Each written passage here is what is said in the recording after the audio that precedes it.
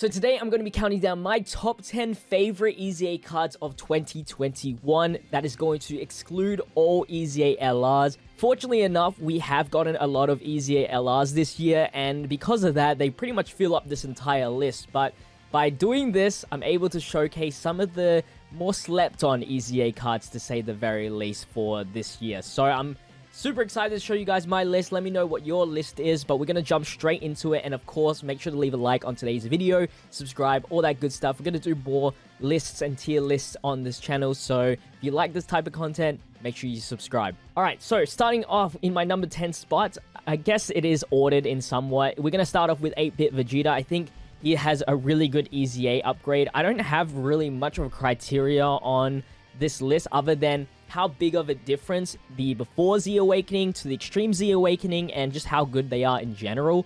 So Vegeta didn't look like he got much of an upgrade before his Z Awakening, but the attack and defense for 4 turns on his super attack mechanic is actually a 50% buff, which is absolutely insane. If you've ever used him and you're versing a very common superclass enemy, you can see how high his attack goes and how high his defense goes as well. So I think this guy is actually a really good upgrade, better than the Goku, but he is not the craziest EZA we got this year. In the number 9 spot, I'm going to give it a joint spot to the Android 18 and 17 Future. They didn't get the massive upgrade, but it's still a very good upgrade, which still deserves them in the number 9 spot. I mean, their nuking passive is insane. They get a greatly raised attack, their raised defense. The only issue was, for me personally, was that they didn't really let go of this restriction and just gave it Earthlings, which was a terrible extra restriction to have. I'd rather have it Pure Saiyans, then that'd be crazy. But even without that, they are still a very good combo card to have together. And with the new Dokkan Fest exclusive Future 17 18, these guys just become even more useful because that's just the extra character that they can have that will proc their effects on, as well as orb changing. Remember, the orb changing is actually really good, especially with this 17 here. So I'm really liking these two cards. Definitely one of my favorites to use this year. For the number 8 spot, we have Super Saiyan 2 Kale. Out of the Kale and Caulifla, this scale was way more insane than the Caulifla. I mean, she is a support unit that became defensively much more solid and has some extra bit of damage. And she provides a little bit of something else, you know, critical hit as well as an extra attack and defense plus 16%, which is actually really nice for the Universe 6 team or the Peppy Girls team or anything that includes the Caulifla on the rotation. And so she's a really useful card for both pay-to-play and free-to-play. A very nice upgrade from what she had before, which was very mediocre when looking at her stats. In terms of stats though, Kaba takes the next spot for the number 7th spot here. He has crazy numbers when you get everything proccing, full Universe Survival Saga category ally team, Pure Saiyans on the turn, raises defense and raises allies defense by 30%. He becomes a defensive beast, a strong beast. He's not the highest because obviously the restriction is a little bit too harsh still, but still, if you do get that, it's actually a very insane card. And looking back at his previous form, it is such a dramatic change, and that's why I also gave him some extra spots. It's the real essence of what an EZA should be. EZA shouldn't really be a thing until like 2 years later for a card's release, in my honest opinion, which almost had it on spot, like 2018, 2021, 3 years. Good wait, good upgrade. Now for the 6th spot, we have Android 18. She got a massive upgrade as well. She used to be just a support with okay defense. Now she's an amazing support, a full 36% for androids pretty much, plus a massive attack and defense up to 126% with extra additional super attacks that can lower attack and defense. The only restriction being androids, which is fine because androids is becoming a very relevant category at this moment. So just a solid upgrade, and of course being a support makes it useful for both free-to-play and pay-to-play. Kind of the same deal in the number 5 spot, we have the AGL Beginner Goku. A massive change from the before Z Awakening, being an all allies 2 key and attack plus 20% support if your HP is 50% above, to becoming this beast. He gets an attack and defense plus 100% at the start of the turn with a raise attack and defense mechanic for 1 turn, which is already insane.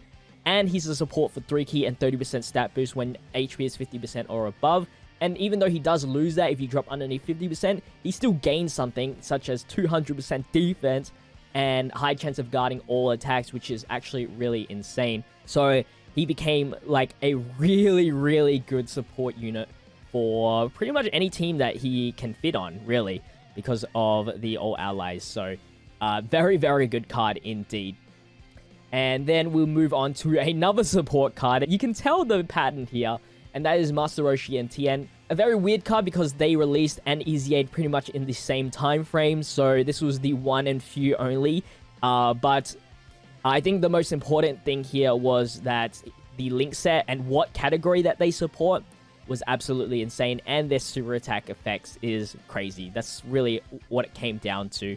And it still makes them a relevant support to this day. I mean, a lot of people still run these guys in Rep of Universe 7 because 40% support and 3 key is insane. And they beat some of the summonable support cards in the category, such as the Gohan cards. So, yeah.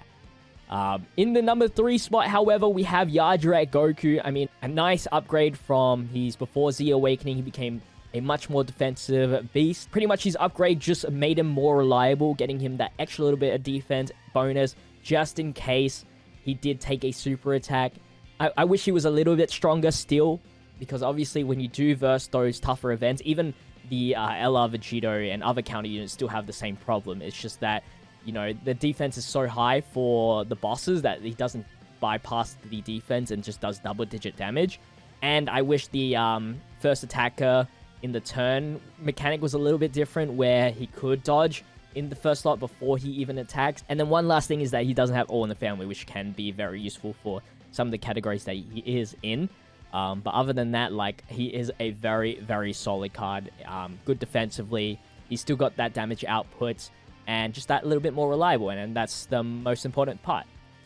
In the number 2 spots, we have a UI Goku. I think he's still one of the top tiers of this year, just because where he came from to now, he is an infinite stacker. He supports a very, very common category. Universe Survival Saga, so many cards are in it, so many high tier cards are in it.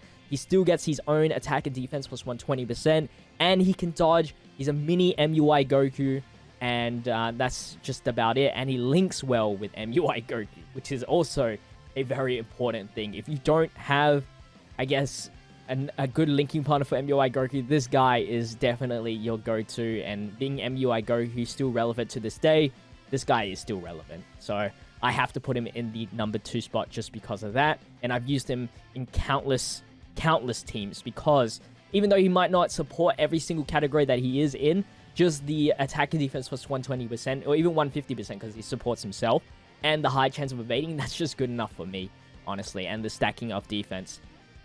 And then in the number 1 spot, I think everybody knew it was the Ginyu Force. The whole Ginyu Force counts in this. I know it's kind of like a scam because I have 5 Easy A units, but all of them Easy at the same time.